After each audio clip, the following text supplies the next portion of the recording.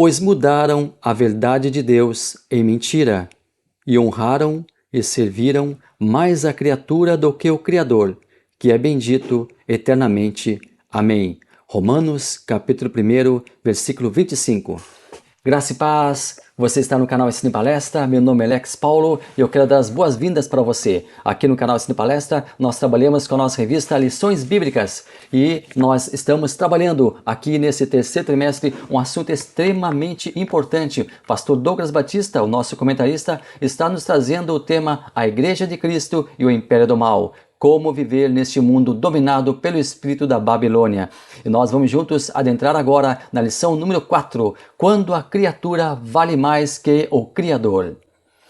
Na sua revista você já tem o texto áureo, você já tem a sua verdade prática, nós já lemos inclusive aqui o nosso texto áureo, você tem também a leitura bíblica em classe, e esta é uma leitura primordial e obrigatória para o perfeito entendimento da lição. Vamos a ela então? Está lá em Romanos, capítulo 1, versículos 18 ao 25. Porque do céu se manifesta a ira de Deus sobre toda a impiedade e injustiça dos homens, que detêm a verdade em injustiça. Porquanto o que de Deus se pode conhecer, nele se manifesta, porque Deus lhe manifestou. Porque as suas coisas invisíveis, desde a criação do mundo, tanto o seu eterno poder como a sua divindade, se entendem e claramente se veem pelas coisas que estão criadas, para que eles fiquem inexcusáveis. Porquanto, tendo conhecido a Deus, não o glorificaram como Deus, nem lhe deram graças, antes, em seus discursos, se desvaneceram e o seu coração insensato se obscureceu.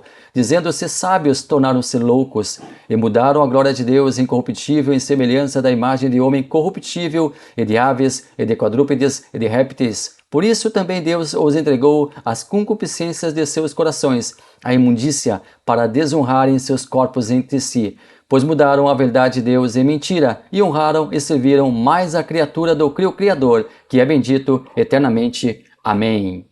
Nosso primeiro tópico, o desprezo à verdade. Primeiro subtópico, a impiedade e a injustiça. Segundo, a insensatez humana. Terceiro, o culto à criatura. Deus nos criou para sermos felizes. Deus nos criou para nós sermos felizes, para termos vida e vida em abundância, para vivermos em sociedade, para fazermos bem ao próximo, para preservarmos a natureza que Ele nos deu, para cuidar bem dos animais, para sermos plenos, plenos de prazer, plenos de felicidade, plenos de vida. Mas com a queda do homem, esse precioso bem foi comprometido. E aqui cabe uma ressalva. Deus não foi pego de surpresa com a falha do homem e da mulher. O pecado entrou em cena, roubando muita coisa do ser humano, a começar pela comunhão próxima e restrita com o seu Criador. Em seguida veio a violência humana, cujo claro exemplo é a sociedade de Nimrod, que após afrontar a Deus com a construção da Torre de Babel, aliás, Babel era um celeiro de tudo o que não prestava, concentrando naquele lugar as mazelas da raça humana. Preste atenção na sensatez daquela sociedade. Preste atenção como era insensata aquela sociedade. Ela queria afrontar a Deus através de um invento sem cabimento, uma torre que subiria, imaginem, até o céu. Deve ter sido muito estranho. Deus deve ter rido muito dessa situação. Mas a sua ira também se acendeu. Deus riu, Deus ridicularizou aquela situação, mas também Deus se irou por aquela situação. A humanidade aqui falava uma única língua. Todos a entendiam. Todos se comunicavam. Por fim, Deus fez com que várias línguas passassem a existir. E ao perceberem, as pessoas já estavam divididas conforme a linguagem que proferiram. O inimigo tem, por tática primária, afastar o homem da companhia de Deus. Ele não quer que o ser humano adore a Deus. Para Satanás, o homem pode adorar qualquer coisa, qualquer objeto, qualquer animal, qualquer pessoa, menos Deus, menos o Criador. Essa adoração é vedada pelo inimigo de Deus. Ele não quer ver o homem adorando a Deus. Daí surgirem adoração ao tempo, adoração a animais, adoração a seres humanos, até adoração, pasmem, a objetos. E o cúmulo do engano, o cúmulo do engodo que o inimigo colocou no coração do homem é que ele pode adorar a si próprio. Assim é o culto da autoimagem, o culto da beleza, o culto do deslumbramento pessoal, que ganha mais adeptos a cada dia. Vamos continuar no tópico 2, a revolução do pensamento humano. Primeiro, renascentismo. Segundo, humanismo. Terceiro, iluminismo e pós-modernismo. Bom, pós-modernismo. Se é pós, quer dizer que vem depois de alguma coisa. Se temos a pós-modernidade, logo também temos a modernidade. E a partir desse entendimento, nós iremos iniciar aqui uma definição de ambos os termos. Vamos começar lá nos idos de 476 d.C., na Idade Antiga, a primeira idade, o primeiro período da história. E ali o principal acontecimento foi a queda do Império Romano. Vamos começar lá nos idos de 476 d.C., lá na Idade Antiga, a primeira idade, o primeiro período da história. O principal acontecimento aqui foi a queda do Império Romano, em 476 d.C. Depois vem a Idade Média, lá em 1453 d.C. E o principal acontecimento foi a tomada de Constantinopla. Constantinopla, você lembra, levou o nome do seu fundador, Constantino. Na Idade Média, a igreja era absoluta, editava a vida das pessoas em todos, absolutamente todos os sentidos. Todas as áreas da vida social, todas as áreas da humanidade, todas as áreas das pessoas eram plenamente dominadas pela igreja. O domínio da igreja acontecia em todas as áreas, absolutamente todas as áreas da sociedade. Por exemplo, na economia, a igreja dominava o mundo econômico. As viagens, as descobertas mundo afora, como por exemplo da Índia, da América, do Brasil, tiveram papel predominante da igreja. Aqui no Brasil, por exemplo, quando foi descoberto em 1500, qual foi a primeira coisa que aconteceu aqui, em solo brasileiro? Uma missa. Nas artes, a igreja determinava as artes. Quando um pintor criava um quadro com o rosto de uma pessoa, obrigatoriamente o corpo dessa pessoa deveria ser de um santo. Ou seja, fazia um desenho de uma pessoa e ali colocava-se o rosto daquela pessoa que contratara aquele desenho, que contratara aquele trabalho, porém o corpo obrigatoriamente deveria ser de um anjo. Na ciência, a igreja determinava as verdades científicas. Nicolau Copérnico afirmou categoricamente que o mundo não é geocêntrico, mas heliocêntrico. A Terra não é o centro do universo, mas ela gira ao redor do Sol. Copérnico não ousou expressar suas convicções, a não ser no final da sua vida. Um discípulo de Nicolau Copérnico, chamado Galileu Galilei, defendeu publicamente a convicção de Copérnico, tendo então sido levado à prisão. E ali, na prisão, quando foi levado ao tribunal da Santa Inquisição, Galileu teve que negar as suas convicções para não ser morto na fogueira. E aí, perguntado a ele se ele negava que a Terra girava em torno do Sol, ele respondeu categoricamente: eu nego, mas que gira, gira. Na política, a igreja determinava quem era nomeado rei, a igreja determinava quem era deposto. Na religião, a igreja determinava o que era verdade, a igreja não permitia que a população tivesse acesso à Bíblia. Os poucos que tinham acesso à Bíblia deveriam lê-la sob a perspectiva da igreja, fazer a interpretação na ótica da igreja. Na Idade Moderna ou na modernidade, aí cai o monopólio da igreja. E uma forma de organização social que baseava-se na mudança de valores, onde paradigmas foram quebrados, os padrões em vigência foram contestados. Se a ética da igreja estava até então em cena, a partir de agora entrava a ética universal. Se a economia ditada pela igreja ainda estava em cena, agora cai e entra em cena a economia de mercado. Na escala social, temos o advento da burguesia. A modernidade buscou quebrar a hegemonia da igreja na vida das pessoas. E no aspecto religioso surge a reforma protestante. Junto com a Idade Moderna veio o iluminismo, que pregava o uso da razão em substituição à fé. Até porque existia um grande descontentamento pelo aprisionamento que a igreja fazia utilizando a fé para prender as pessoas e dominar tudo, absolutamente tudo. Os iluministas defendiam um modelo de pensamento linear baseado na defesa da razão, na defesa da ciência, como parte de um grande plano para o desenvolvimento da sociedade. Porém, com os horrores presenciados na Segunda Guerra Mundial, começou a haver um descontentamento generalizado, um imenso grau de insatisfação, uma iminente decepção na sociedade, que chega à conclusão de que os ideais iluministas haviam falhado, ficaram apenas no papel, apenas na cabeça de pessoas bem intencionadas, enquanto que na prática a coisa era muito diferente. Os grandes líderes mundiais não abraçaram a causa iluminista. Enfim, as teses, as ideias, o pensamento iluminista falhou, não resistindo ao choque de realidade.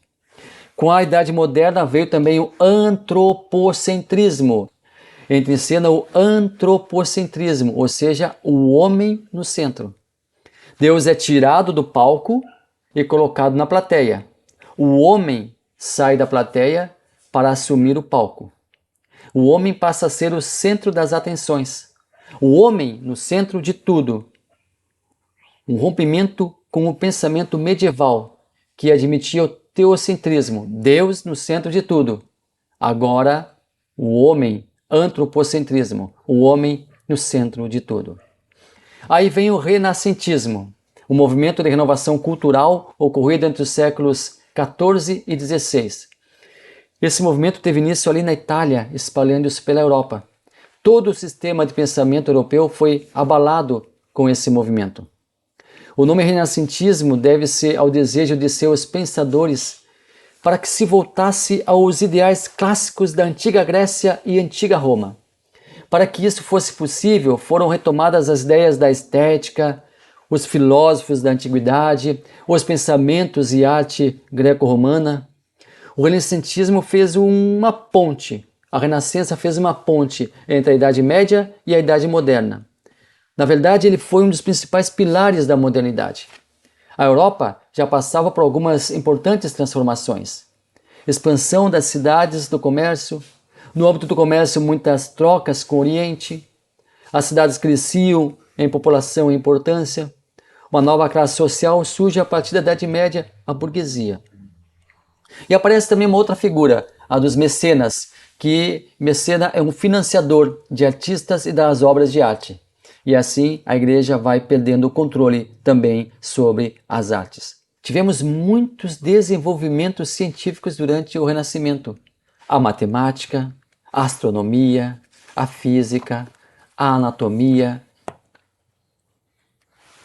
as artes, a cultura, a indústria, o comércio. E aí vem a pós-modernidade ou idade contemporânea, a idade que nós estamos vivendo, o período que nós estamos vivendo.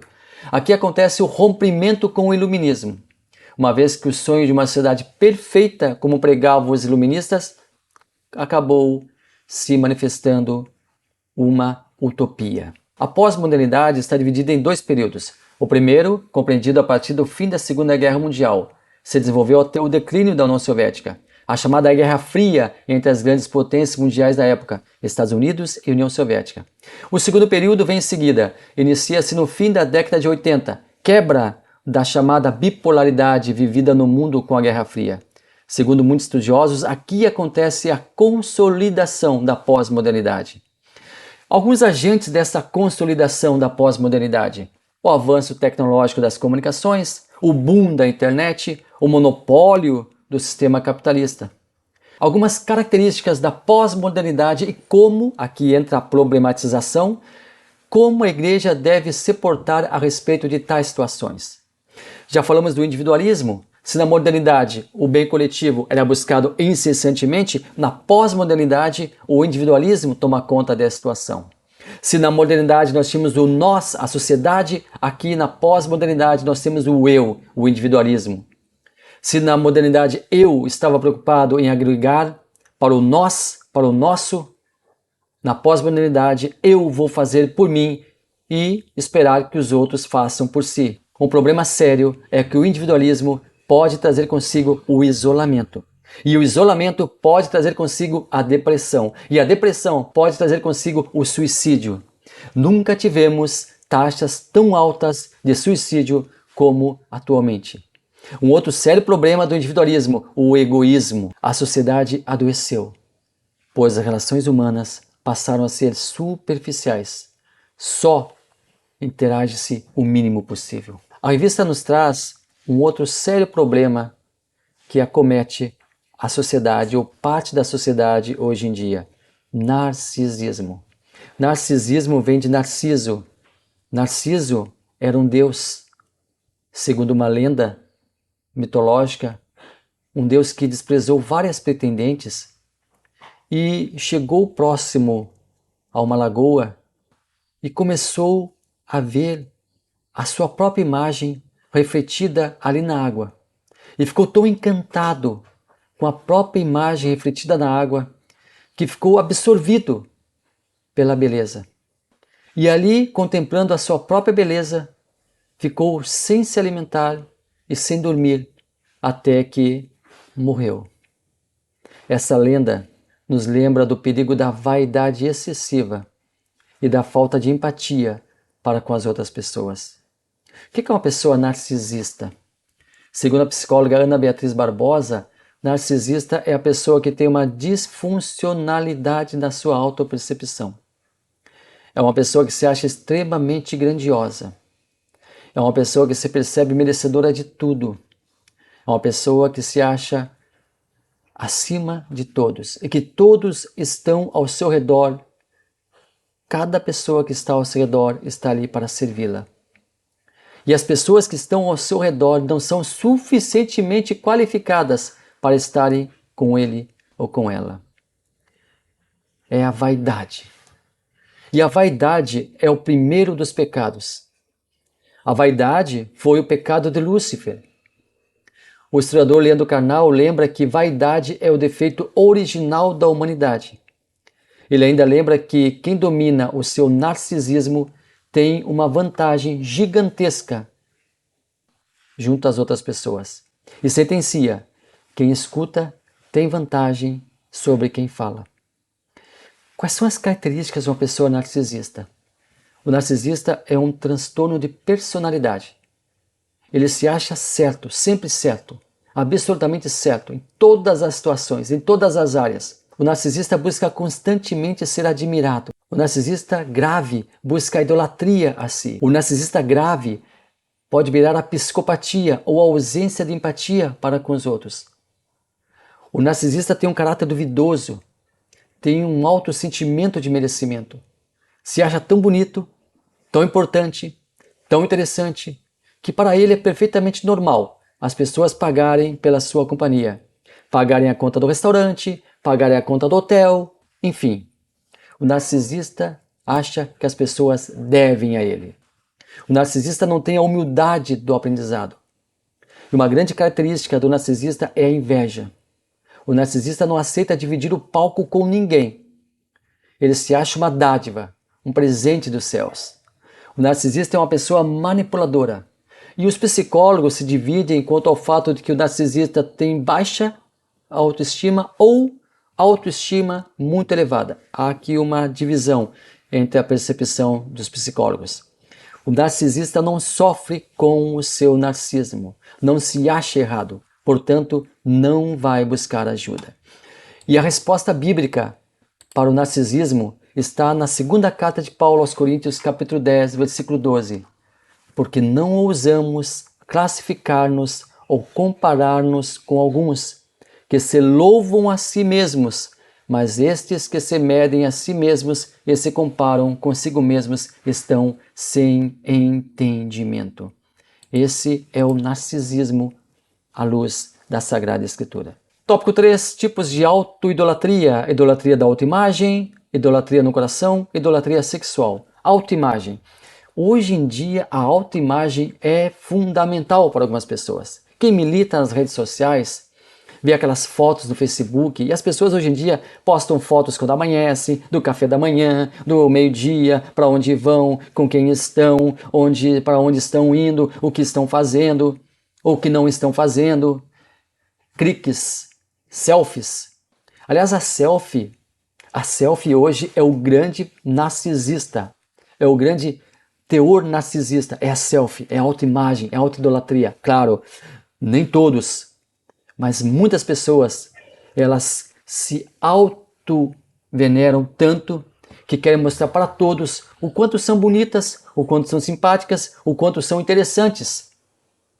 E propagam isso, querem cliques, querem likes, querem seguidores. As pessoas parecem quererem se afirmarem hoje. Talvez seja uma carência emocional que faz com que as pessoas busquem o reconhecimento exterior. Busquem o reconhecimento de outras pessoas. Operação plástica, harmonização facial, lutar contra a natureza. Não podemos lutar contra a natureza. Claro que devemos preservar, nos cuidar, lançar mão de medicamentos se tivermos algum problema de saúde, lançar mão talvez de alguns elementos que possam nos ajudar a ter uma vida mais saudável, a ter um corpo mais saudável, uma estética melhor, tranquilo. Mas isso não pode beirar a autoidolatria. Isso não pode beirar ao fanatismo pessoal. Não pode acontecer isso. Nós estamos aqui no mundo e somos convidados a preservar nosso corpo, somos convidados a nos cuidar, porque o nosso corpo é o templo do Espírito Santo. Mas também nós não podemos, de forma nenhuma, transformar esse corpo. Não podemos, de forma nenhuma, fazer com que esse corpo seja mutilado até às vezes. Nós temos que preservar, mas sempre guardada a essência da naturalidade do nosso corpo.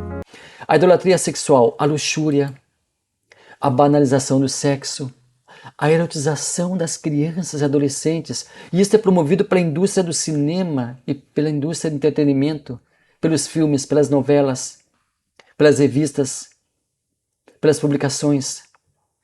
A banalização do sexo e a erotização das crianças, fazendo a criança pular etapas que não deveria. Não podemos admitir que a inocência de nossas crianças seja quebrada, que a inocência de nossas crianças seja muitas vezes desprezada, que a inocência de nossas crianças seja manipulada, que a inocência de nossas crianças seja maculada. É muito importante o nosso cuidado pessoal. É muito importante o nosso cuidado com o nosso corpo. É muito importante a preservação daquele que é o templo do Espírito Santo, o nosso corpo. Mas nós somos criaturas e criaturas não devem ser adoradas. Nós somos sim adoradores de um Deus poderoso, soberano, santo, maravilhoso. A Ele a honra, o louvor, a glória e a adoração.